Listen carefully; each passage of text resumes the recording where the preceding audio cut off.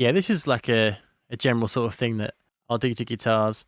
Let's turn that on so we can hear the effect that that's having.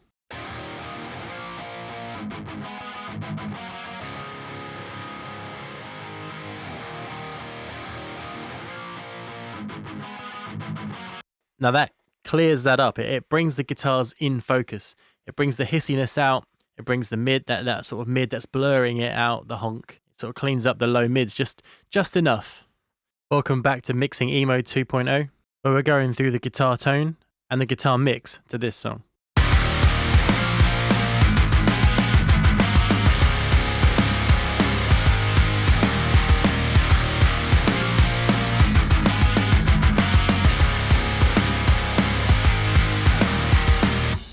Okay, so let's start with the tone.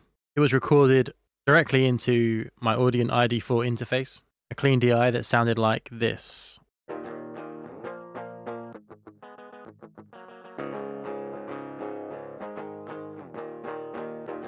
Now that's a stereo file because you've got the left take and the right take, panned hard left and right. And I'll do that first before I actually start making the tone because I prefer to hear my guitars in stereo when I'm dialing in the tone. Just a preference. But I think he obviously gives you a better idea of what it's going to sound like when it is double track left and right and properly mixed. So for these guitars, it's the Archetype Nolly, and we are using the 5150 head with the matching cab. This cab is probably the smoothest one of this plugin, and I think it's the one that gives me the less trouble with resonant frequencies and stuff like that. Let's have a look.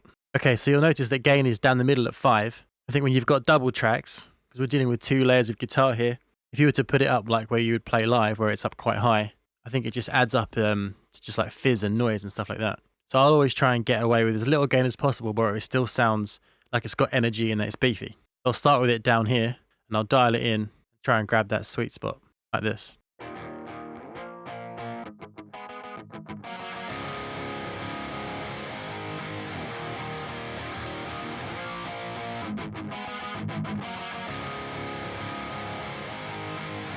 So between 3 and 5, it sounds pretty similar, but I feel like I'm getting just a little bit more of that like realness and like, I don't know, magic sort of distortion out of it. So let's go past 5 to 10 and see what that's doing to it.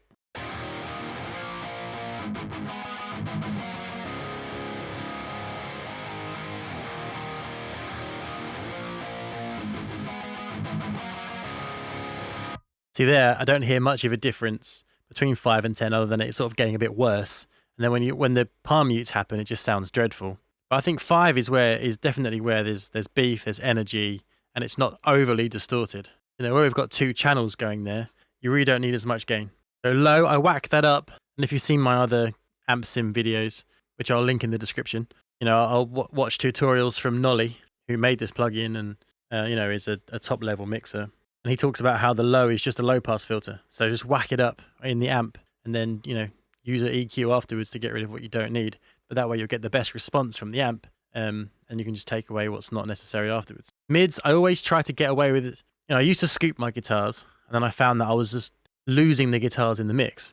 And compared to other stuff in sort of this genre like emo and pop punk and whatnot, the mids are important. So I will try and get as much mid as I can in there before it gets overly muddy, and then I'll pull out what I need afterwards in an EQ. Like pull out the bits that are causing problems. And then high. See, I try to get brightness out of an EQ later. I think you get a much better sounding, less rough and more smooth guitar tone if you get the presence from like a nicer sounding EQ rather than on the actual guitar amp sim or amp itself. That's why I've got there. The mid's just under 6, and then the high between 6 and 7. And presence, I'll just play around with that until it's sort of sitting somewhere I like and isn't overly fizzy and has any like spikes in the 2 to 4K area. So on this one, I haven't actually got the tube screamer engaged. Sometimes I will, but I think this time it was probably sucking away too much of that. This is I wanted quite a dark, beefy guitars, and I think this is probably just thinning it out a little bit too much. But sometimes what I would do to take care of the low mids is have this engaged, have the drive off, and then maybe just mess with the tone, make it a little bit brighter there, because it does sort of clean up your low mids. I'll demonstrate it, but remember I didn't put it in this mix.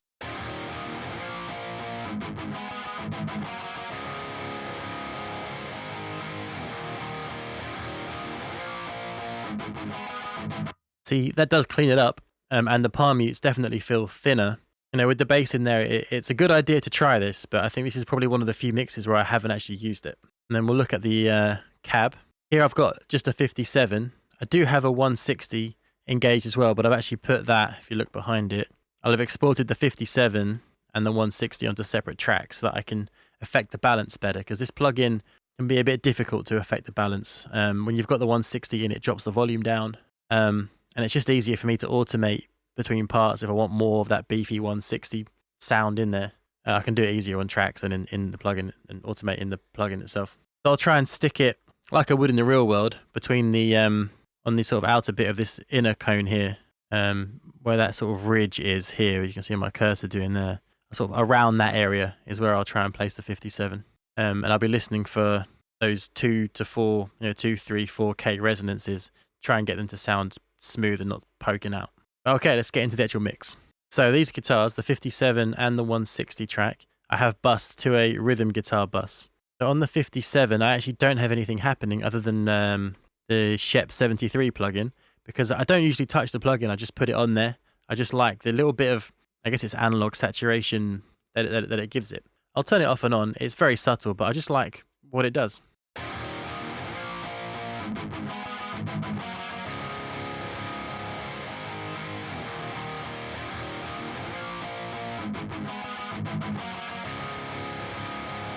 It's just subtle post saturation.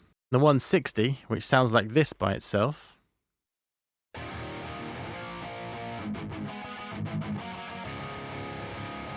not too nice, but that's where I get that sort of chunky bottom end I can add to it. And without that, the palm beats can feel a little thin in this song in particular. Some songs, I'll just keep the 57. But again, same thing, Shep 73, not actually doing anything, just giving that post saturation.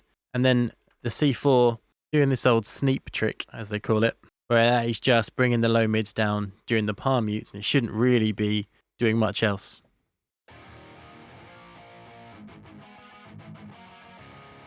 So you can see it engages when the palm mutes happen, and that stops the low mids from building up and having those palm mutes sort of kill your mix. So I would definitely note those settings down in a multi-band compressor. I mean, this is the C4 from Waves, widely used, very cheap. So here, if you take a look, it's the band, all the other bands are bypassed. This one here about sort of 65 to 70 hertz. This one here just above 250. There we are, 66 hertz, 277 hertz, roughly around there. -8 on the range. Attack at 16 or 18. I can't quite see what that is. And then release at 25. And then you want to set the threshold so that you can see that line up here. Make sure that you get it in the sweet spot where it's only really activating when the palm mutes are happening. And that will give you an even guitar tone. It's quite important to do that, and it definitely helps those palm mutes sit in the mix properly. Okay, then we have the in phase. I don't do layers of guitar, the same take that is, without trying to make sure that they are in phase. And I think that sometimes you can get quite cool results if you want to stack cabs up or different amps, have the same guitar take running the different amps. And what you think isn't going to work, if you put them in phase with a plugin like this where it lines it up, you can actually get some things to work that you probably thought couldn't. So what I would do in that instance is run them both. So I would have it signed chained, to the main guitar track up here, and then get capture ready and play it through the plugin. So you can see the phase correlation is at 0.04. Up here you've got the alpha, which is the track it's affecting. So here it's the 160 track. You see how what I've done is I've slid it across 1.47 milliseconds because that was sort of the best sound for the most phase correlation I could get. You can move it along. As I move it left and right, this slider, you can see in the bottom corner here, this number changing. You slide it across, you can actually get to, see how we've got minus 0.08, and then we could flip the phase, and we get 0.08 phase correlation there. So let's see if that sounds any better.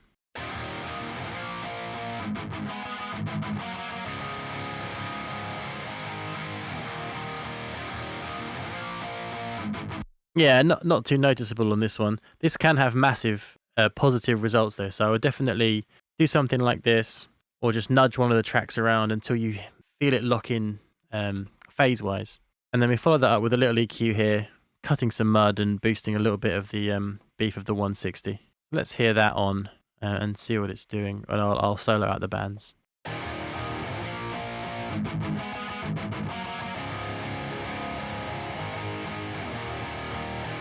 Yes, I'm not sure if you can catch that, but it just cleans it up a little bit.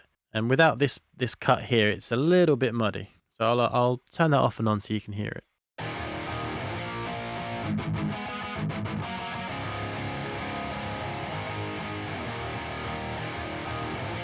Yeah, kind of hard to hear, kind of subtle, but you know, in with the bass and everything, that does make a big difference. I would have EQ'd that with the bass going. Let's actually hear that cut, just what I'm cutting. Yeah, how horrible is that? So that's what I'm getting rid of. I am actually surprised I didn't make it a dynamic EQ because that only seems to really happen in those palm mutes.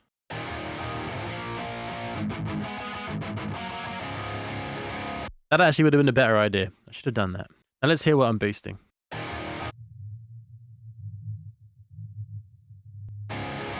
Yeah, that's a bit rough on its own, but it's just to make sure that that low end of the guitars is still there. I mean, it's a tiny little boost. It's not doing too much. And this was I've turned it up for demo purposes, but that was down here at like -20. So it's just giving me a tiny bit extra, that sort of low end of the guitars. Okay, they go into this rhythm guitar bus here, which starts off with an EQ. Probably, yeah, this is like a general sort of thing that I'll do to guitars. Roll the low end off so that we have room for the bass and kick and it's not interfering. Get rid of some of the fizz that you get from amp sims. So that's an important thing if you're using amp sims, is to tame that top end because they can get real fizzy. I cut at 4K because no one likes 4K in guitars. I cut around 2.5. Sometimes that'll be up by 3 depending on, well, a multitude of different things, but you'll find the nasty frequencies. And like I was saying with the cymbals, I didn't want to cut too much because having that nastiness in the 2 to 4K range, you've got to control it, don't kill it. I used to kill it and my guitars were just way too soft. Something that is in emo and pop punk is a lot of bite there. And in a lot of mixes, you'll hear it sort of interfere with the vocals a bit, but it's just how pop punk sounds. And without it, you lose that energy. Something that I found quite hard to get my head around was don't kill those things, just control them. And this will be the mid cut. Like I was saying earlier, I boost the mids. This will be the part of the mids that wasn't nice, and I'll get rid of it with EQ so that I get a nicer mid-range, but I still have a mid-range in it. It's not scooped. A little cut for get rid of a little bit of mud, and then a little boost. The boost looks like it's big, but it's only that big because I've got a cut here and high pass filter here, just to make sure that that low end is there. Let's turn that on so we can hear the effect that that's having.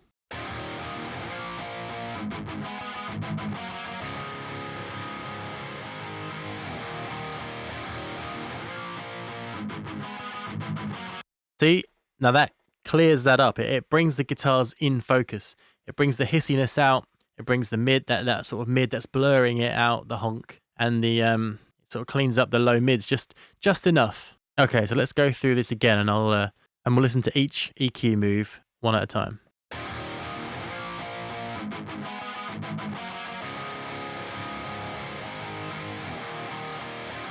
So that just gets rid of that rumble. You don't need that rumble. The bass and the kick is going to be down there, and the rumble just makes things audibly blurry, which I just made up, but I think that's probably the best way to describe it. Okay, let's listen to this little low-end boost now.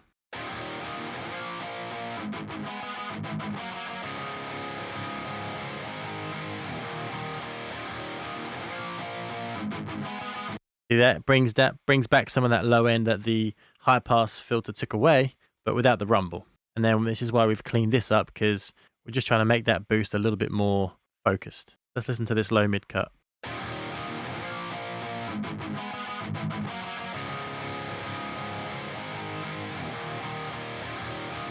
It's subtle, but it's so important. It just does enough to clean the low mids up.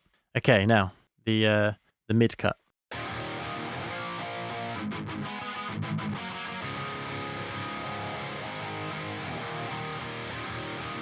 See, that's why that is so important too. I've got the mids in there, and then when that's bypassed, you can hear that sort of like it's almost like wind traveling down a hallway. That's what my ear identifies it as anyway. I don't necessarily notice it until I pull it out, and then when I put it back in, I'm like, that's awful. I need to get that out again. Let's have a listen again.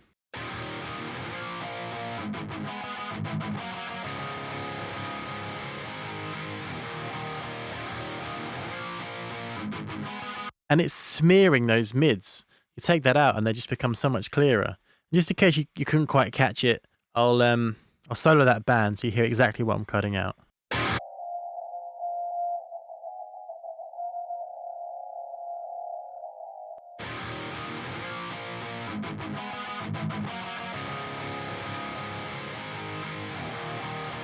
Here's a honk. You know, when I'm listening for that, I actually do imagine someone honking. That's kind of the frequency if someone was to honk like a seagull or something. That's sort of where I imagine that frequency to be. Okay, now let's hear these two high resonances here.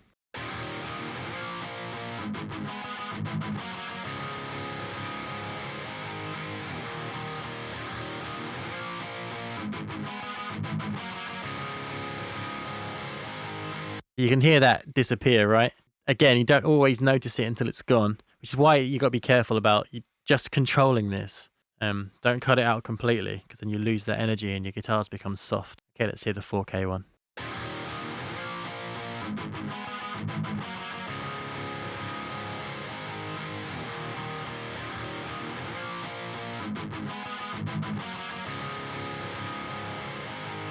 And that's drastic, right? You heard that. And then now we'll do the low pass filter, which should just be getting rid of. I don't want to get rid of any actual tone, just hiss, really.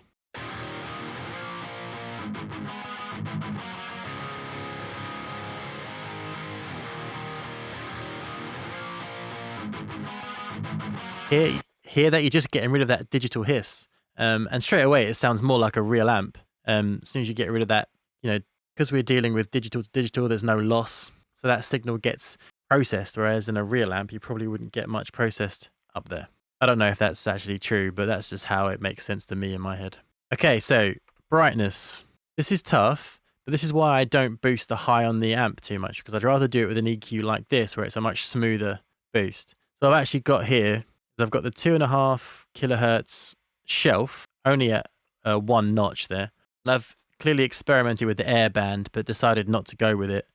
So if you want a really nice bright boost, this air band is great. You can smack it up to 40 and then bring this air gain up here, and you'll get a really smooth top end, and you can get quite bright with it before it gets a bit nasty. But again, with this song, I wanted darker, beefier guitars. If it was a bit more fast and pop punky, I would have put a shelf on. Let's listen to this EQ and hear what it's doing.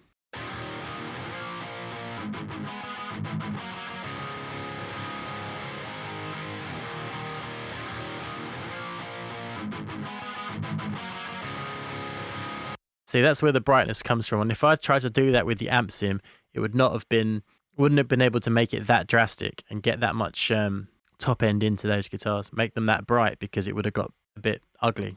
We want sort of like tasteful ugliness, which is what doing it with an EQ over the actual amp would give you. And it allows that amp to still give you like a beefy full tone rather than a thin tone. Okay, gain, this is probably just, this is just a volume thing, because once you're in the mix, and I've already done some automation, changing the volume then is a nightmare. So I just stick a gain plugin on there. And then last EQ, just another mid cut here. Probably something when all the instruments are in, I was just like, nah, there's something I don't like in those mids. So I just come in there, found it and notched it out. So let's listen to that.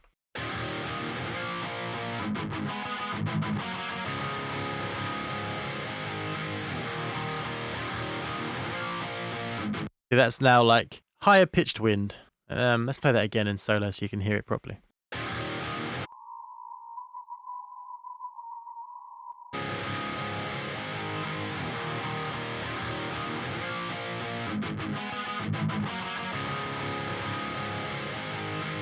1K in guitars, around 1K is a tricky area.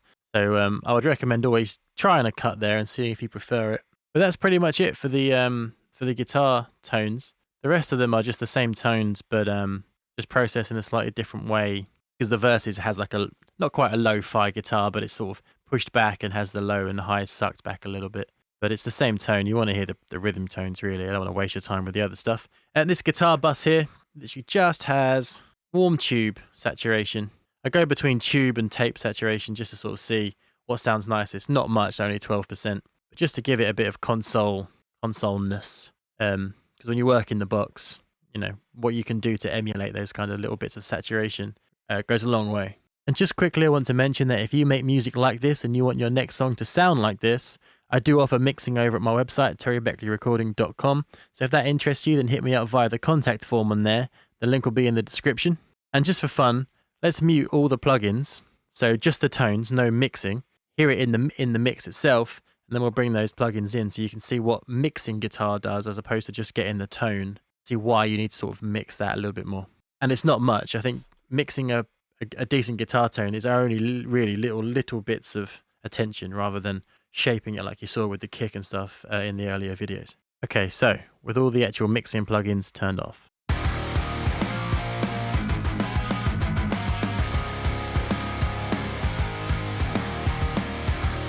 and now turned on,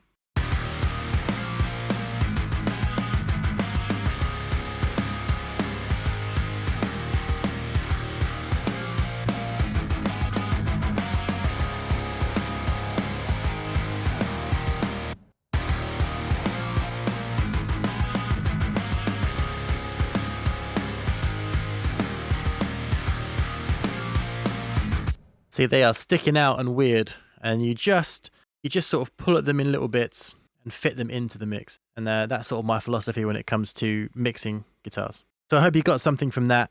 Thank you for watching. Subscribe if you want to see the next videos. We've got bass to come. We've got vocals to come. So hopefully I'll see you at the next one.